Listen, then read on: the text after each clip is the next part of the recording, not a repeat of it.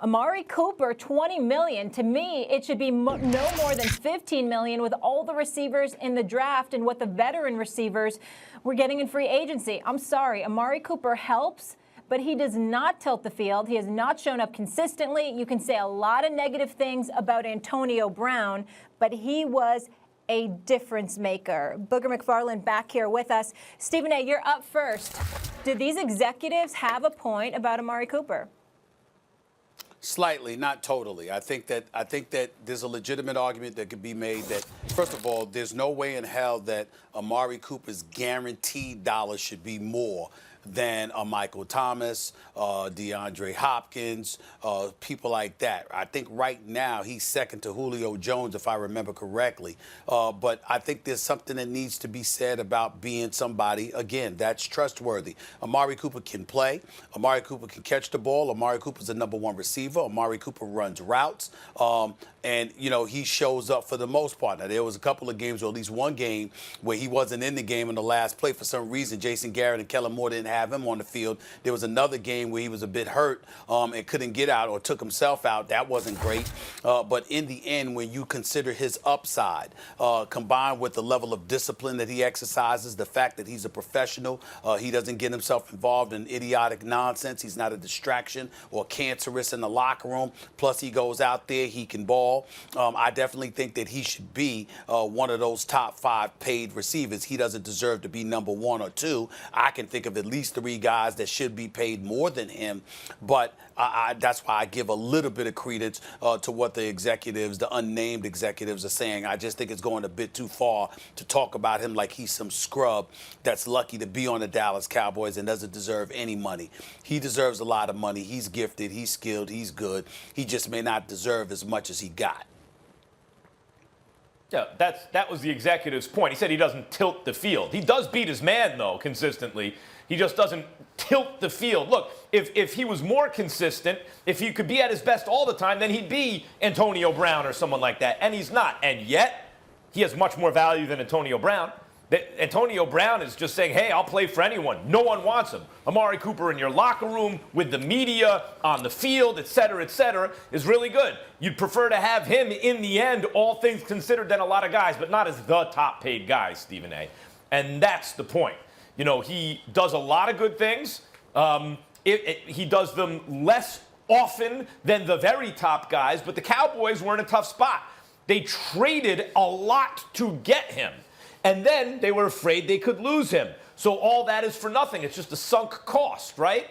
And he is a difference maker on the Cowboys. The Cowboys function much better, and Dak Prescott functions much better with Amari Cooper. Now, you could say, well, you may be able to swap Amari Cooper out for a bunch of lead receivers. And that may be true, but he is a lead receiver. He is a #1 receiver on a lot of teams. And so because the Cowboys really need that, and gave up a lot to get it, and when you add all the other stuff that you touched on, Stephen A., to the equation, he was worth that to the Cowboys. And even then, you may say that they overpaid by a little bit. You know, guys, what we're essentially talking about here is value. And you know, from a worth standpoint, you're worth what someone is willing to pay you. But from a value standpoint, he's very valuable to the Cowboys. But if you're looking at saying, is he overpaid? Absolutely, because when you talk about the top 3 receivers in football, in whatever order you want to put them in, Michael Thomas, Julio Jones, DeAndre Hopkins, Amari Cooper is not on that level. He's not. But yet and still, when you look at the salary, when you look at the money, he's right up there. And I get it, timing and, you know, the Cowboys trading away the first-round pick. But I think I understand what this unnamed exec is talking about. If we're just going to look at it in a vacuum and say, okay, looking at how much money he's making, can he dictate to a defense? Is he that much of a difference maker from our standpoint based on the amount of money he's making? I would agree with that unnamed exec because he's not. Now, I understand the Cowboys were forced because of what they gave up for him. But if we're just talking about the top 3 receivers in football, you tell me Amari Cooper is better than any of the guys that I just named. I don't think anybody's saying that. Booger, let And me that's ask really you what this this question. comes down to. But hold on, Molly. Go ahead, Stephen A. Let it be a lesson to everybody. Listen, we're on this show right now, and there's a lot of things that we got to talk about. And we're talking about sports, but we're also talking about disseminating a message that really, really resonates so people can understand what's going on and how you're supposed to conduct yourself moving forward. We talked about Antonio Brown earlier in the show. We're talking about Amari Cooper right now. We're talking about Antonio Brown, who is an all-world receiver, all the talent in the world. And right now, he's struggling to find anybody that would want him because of his behavior. It matters. And I know that we say it and we all know it, but I do think, Booger, at this particular moment in time, as somebody that's been associated with the National Football League for as long as you have been, particularly with the great work you did covering college football, it's important to remind and resonate with young folks out there. Your behavior matters. You have to be trustworthy. And when I say trustworthy, that means I have to be able to trust that you're going to show up to work.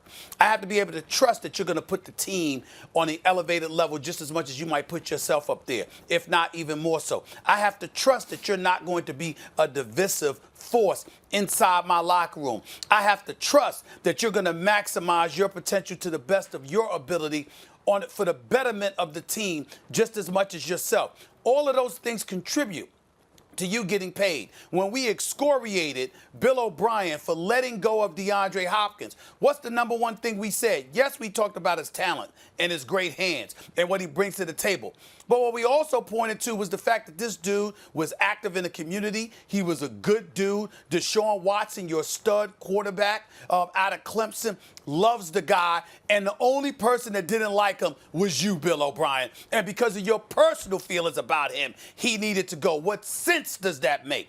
These are the kind of things that we can use this opportunity to point out for all the youngsters on the come up, needing to recognize how you're supposed to act and conduct yourself if you want to be okay. Thanks for watching ESPN on YouTube. For live streaming sports and premium content, subscribe to ESPN Plus.